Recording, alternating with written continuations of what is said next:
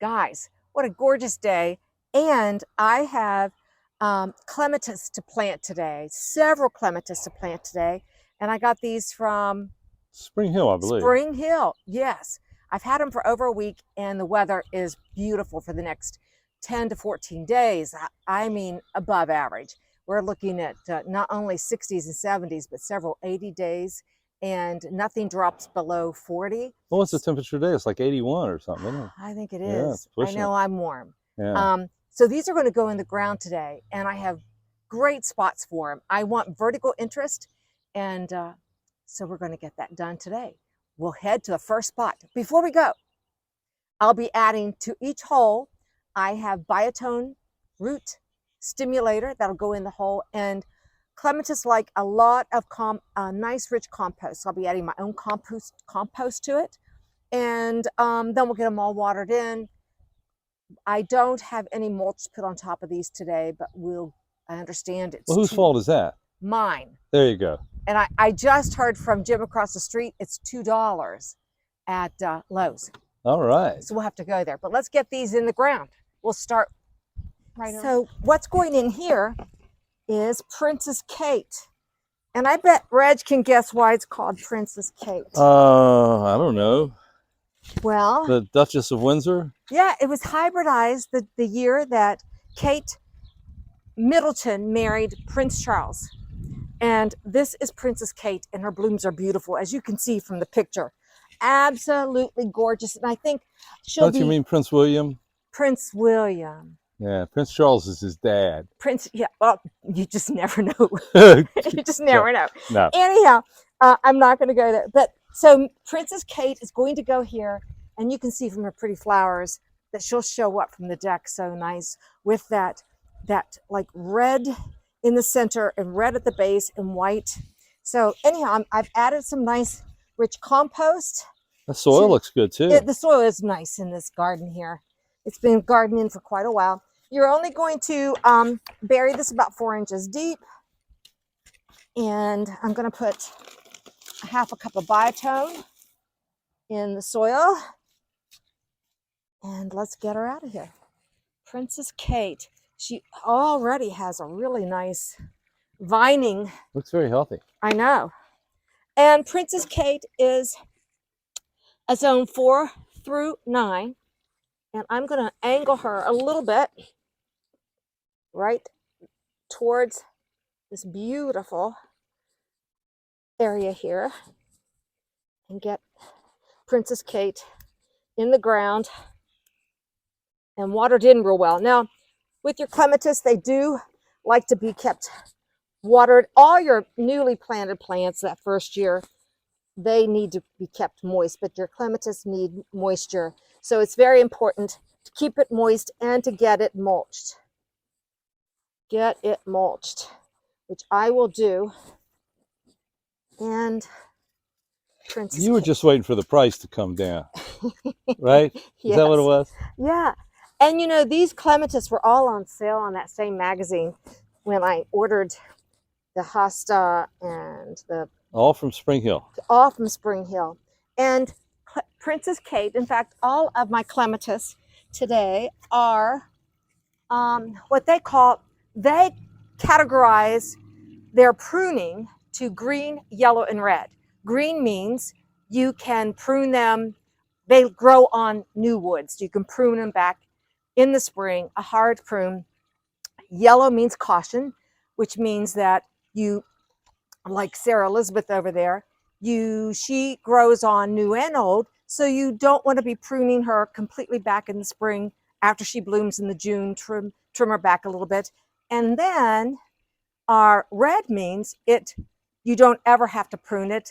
They grow on old wood. So you want to be cautious if you have, I don't have a red clematis. I was going to say, do you have any at all? Nope, I don't. All of mine are green or yellow. And I like that classification. That's what Spring Hill classified them as, because 1, 2, and 3 is another classification, with 1 being yeah, but I think the words tend to lead green to what's supposed means to do.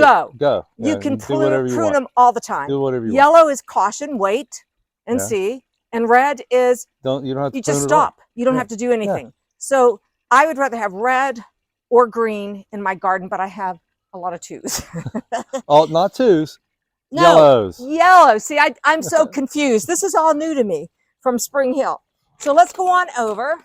You're going to water there a little bit? Oh, yeah. I'm so glad you're here, Reg. Ugh. Let's get this water because we're going to have tomorrow. It's supposed to be 85 people here in Zone 6, Western West Virginia. I think. Well, that's a good drink. Yeah. So we'll let that soak in.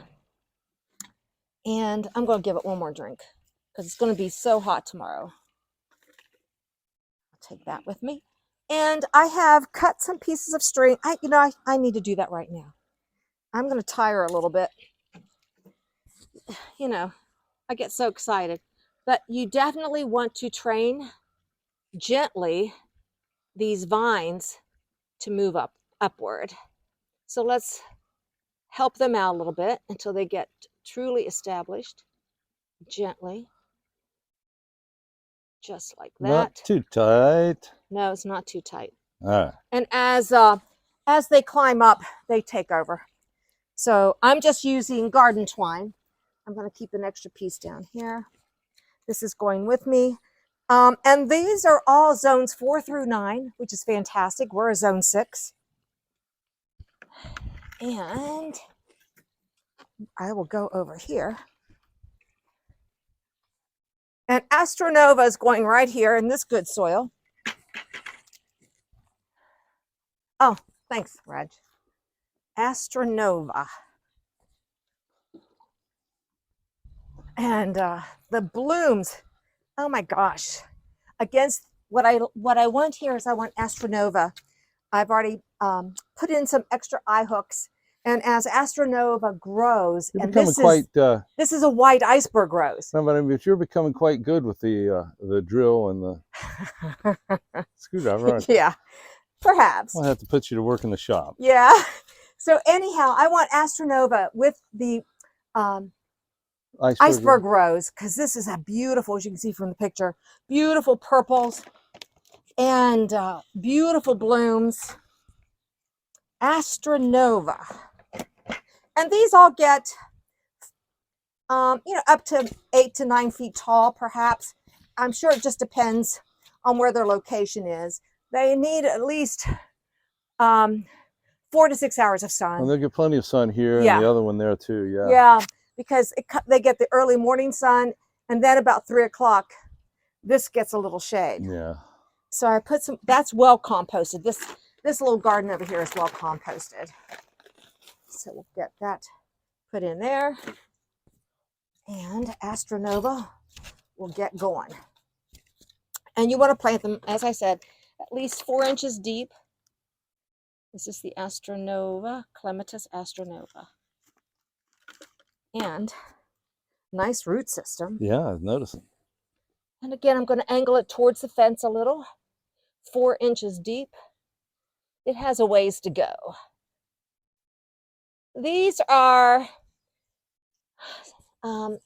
early summer bloom. And I have the hooks ready and some string ready.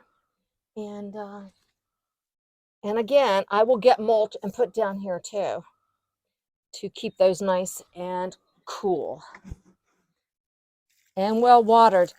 And with this kind of heat, I don't see a lot of rain. I will make certain these get watered. In April, I can't believe I'm saying that we may have to water in April. Yeah. Water in April. But I will. No big deal. You know what? We got the rain barrel in. Right. Okay, so this is Astronova, 2 of the 4. And I'll meet you at the next location, Reginald. Guys, so I'm putting my compost in this hole. This is going to be for Poet. Oh, I can't wait till Poet. Oh, look at those pictures. For Poet to start blooming on this beautiful white fence against the white under.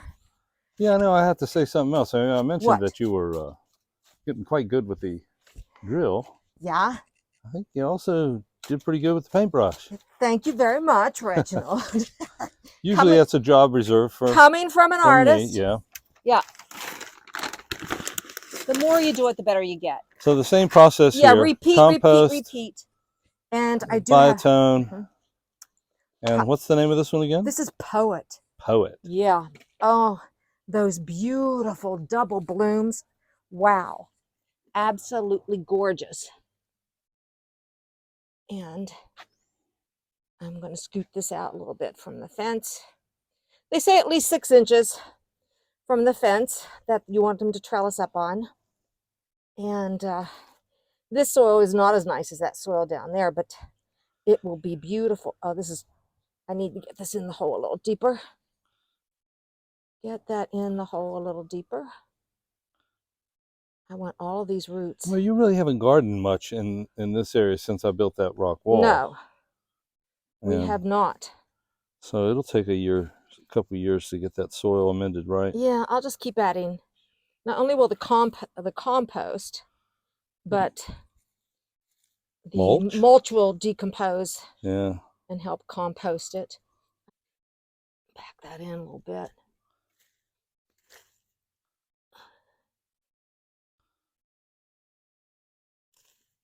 All right. There we go. Get that watered in. I have an eye hook there. Once it starts performing.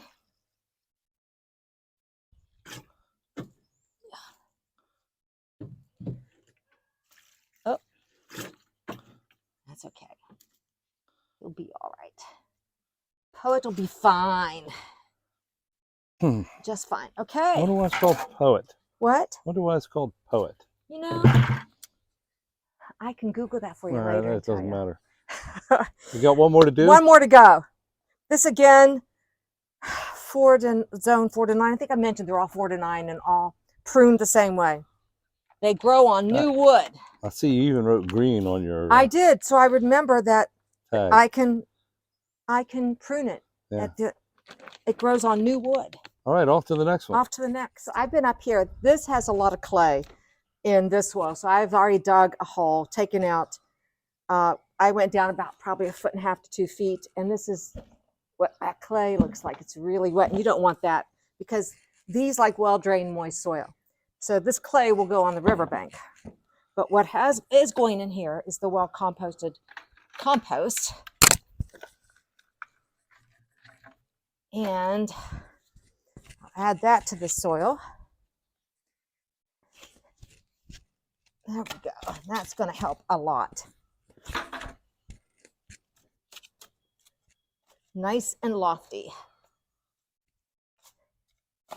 Add back some of its soil. And now I'm just going to do the same thing. Add some biotone in here. And this is Snowstorm. And what was it again? Snowstorm. Snowstorm. Snowstorm. So I would gather that's. I think that's probably white. Yeah, and that'll look real good against that black fence. You know, it'll be wonderful. It gets full sun. And again, I'll keep this watered, well mulched. But I think if it takes over like it should, you know, it gets 5 to 9 feet. So if I can put up enough of these nice little eye hooks to guide it, it would be nice to soften this edge. We'll see. But this is Snowstorm, and Snowstorm looks wonderful too today. So we'll get this in the ground, watered, and this will improve Jim's view and Mary's view and mine.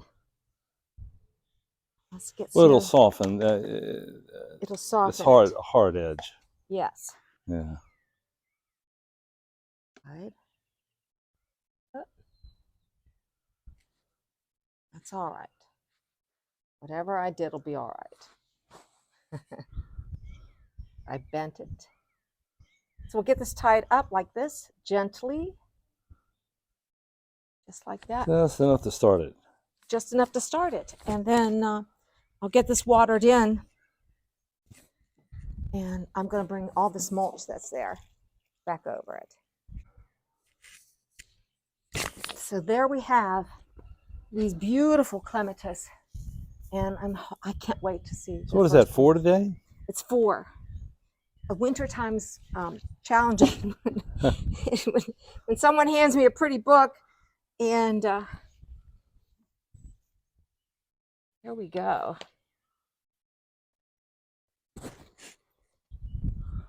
And I will not put the mulch clear up to its to the stem, but I'll keep all of this nice and mulched. There you have 4 beautiful clematis.